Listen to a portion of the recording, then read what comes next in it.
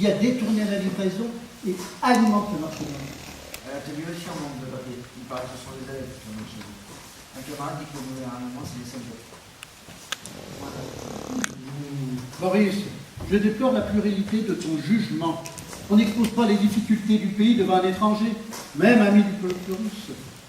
Mais je ne vous ai pas présenté mon neveu, monsieur Dubois. Il commence son apprentissage de maçon-carreleur. Et je suis persuadé qu'il deviendra un de nos plus brillants ouvriers. Mais cette pénurie de papier, pour moi, c'est encore un coup des impérialistes américains. S'il y a quelque part un traître entre aux impérialistes américains, il sera démasqué. Notre pays a surmonté d'autres épreuves que cette affaire de papier, qui n'est après tout qu'un luxe de riche. Nous, c'était une grave, affaire de politique. Alors aussi, on n'a pas ce problème, c'est du péché. Mais nous les connaissons, on en parle tous les jours à la télévision. Ben c'est vrai. Rien qu'en France, ils ont 17 millions de pauvres. Mais non. Mais si, le chiffre est officiel. Et je ne pense pas que le papier toilette entre dans leur priorité. Pourriez-vous pas mettre au point cette conversation de papier et parler d'autre chose? Oui, je vais lui montrer un peu de tact et d'orgueil à votre invité. Moi, j'ai remarqué à quel niveau c'est la discussion quotidienne. Une histoire de papier, de paillasson, de clés perdues volées, d'ampoules qui ne s'allument plus, de plombs qui sautent, de carreaux cassés. Il est bien difficile d'accéder au domaine des idées et d'y rester quelque temps sans se trouver précipité dans la plus basse réalité.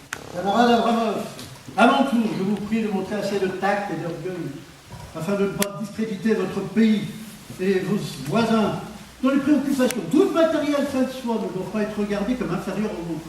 Et à quoi l'on est que si on demandait aux citoyens de toute l'Union de choisir entre un rouleau de papier toilette et un de vos livres, en termes d'utilité, le résultat ne serait pas douteux.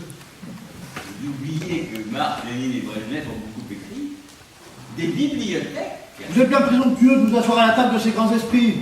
Camarades, je ne peux pas fournir l'occasion d'une dispute entre vous. Je suis venu sceller l'amitié entre nos peuples. Mais bientôt, vous on quoi boire du champagne. Et où est Tamara? Même muré dans sa chambre, comme d'habitude. Peut-être qu'elle dort. Elle s'est arrivée à 11h pour veiller toute la nuit. Michel, je vais vous présenter l'une des fiertés de notre vie. Vous avez entendu parler de la poétesse Tamara Tamarovna.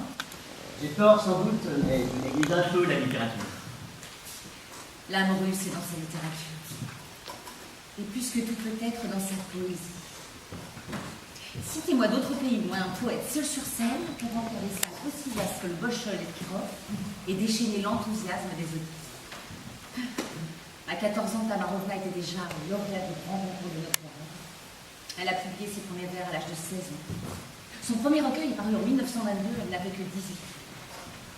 Elle a fréquenté tout ce que le monde des arts a produit de si brillant en Russie, en Europe. C'est ce qu'elle raconte. Mais cette gloire n'a rien publié depuis la guerre. Et ses amants, ceux qui sont encore en vie, passent leur retraite en Sibérie. Cela n'enlève rien à son talent. Les malheurs ont encore enrichi